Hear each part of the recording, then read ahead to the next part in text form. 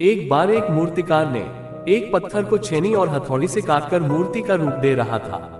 जब पत्थर काटा जा रहा था तो उसको बहुत दर्द हो रहा था।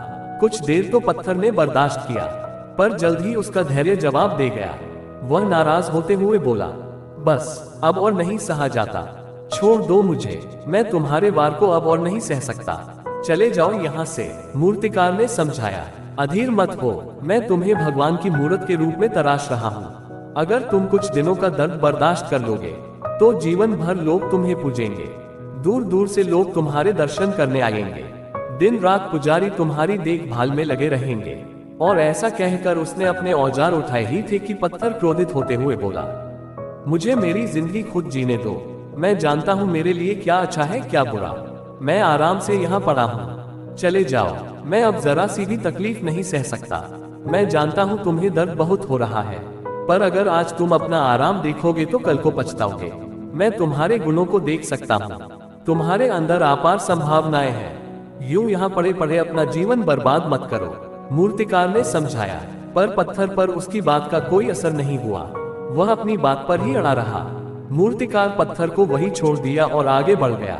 सामने ही उसे एक दूसरा अच्छा पत्थर दिख गया, उसने उसे उठाया और उसकी मूर्ति बना ली। दूसरे पत्थर ने दर्द बर्दाश्त कर लिया और वो भगवान की मूर्ति बन गया। लोग रोज उसे फूल माला चढ़ाने लगे, दूर दूर से लोग उसके दर्शन करने आने लगे। फिर एक दिन एक और पत्थर उस मंदिर में लाया गया और उसे एक कोने में रख दिया गया। उसे नारियल फोड़ने के लिए इस्तेमाल किया जाने लगा। वह कोई और नहीं बल्कि वही पत्थर था जिसने मूर्तिकार को उसे छूने से मना कर दिया था।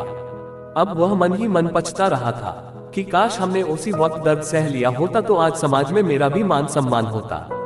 कुछ दिनों की वह पीड़ा इस जीवन भर के कष्ट से बच सकते थे। दोस्तों, हमारे लिए निर्णय लेने का ये सही समय है कि हमें आज दर्द बर्दाश्त करना है या अभी मौज मस्ती करनी है और फिर जीवन भर का दर्द झेलना है।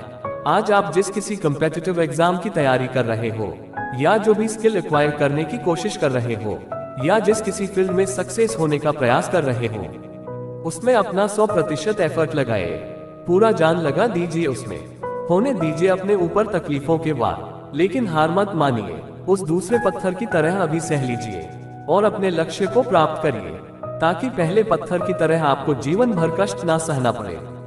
दोस्तों, ये कहानी कैसी लगी कमेंट करके जरूर बताएं और इस चैनल पर नए हो तो राव स्टोरी टेलर को सब्सक्राइब जरूर करें।